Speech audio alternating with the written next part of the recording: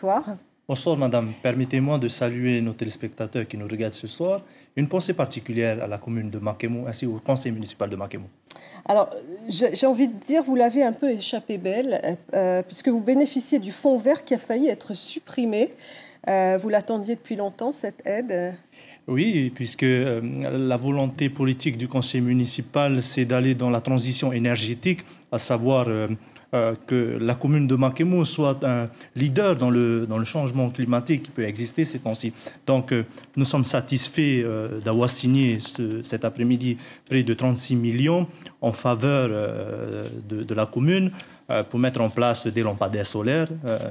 Il y a 120 lampadaires solaires, mais également mettre en place 2 citernes de 110 mètres cubes afin de répondre aux prérogatives qui sont prévues par la loi. Comment ça se passe avec l'AFD? Est-ce que les agents viennent sur place pour estimer les crédits qui vont être utilisés? En effet, il y a eu déjà dans un premier temps l'aval du conseil municipal pour que je puisse venir sur Tahiti négocier. À l'issue, il y a une étude sur une analyse financière pour savoir comment se porte la santé financière de la commune. Et à l'issue, les agents se déplacent dans le conseil municipal pour expliquer auprès du conseil municipal que le sujet soit un sujet très sérieux de l'emprunt. Alors, est-ce que vous rencontrez toujours des problèmes d'électricité à Makemo? Oui, nous sommes face à un problème d'électricité de groupe électrogène.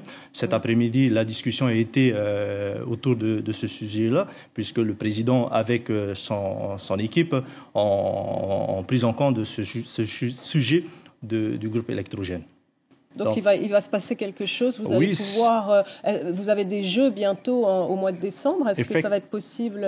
Effectivement, si aucune décision n'est prise par le pays, nous rentrons dans des difficultés puisque au mois de décembre, nous accueillons près de 1500 athlètes sur l'atoll de Makemo et si on ne prend pas en compte le problème de l'électricité et du groupe électrogène, on se retrouvera dans les jeux et bien évidemment dans le noir. Alors, le président du syndicat pour la promotion des communes, Cyril Tétouanoui, qui participe lundi au congrès des maires, va axer son intervention sur le réchauffement climatique. Est-ce que Makemo est préparé à ces changements? Nous avons évoqué à plusieurs fois ce sujet. Je regrette par contre que la COP23 qui s'est tenue à Bonn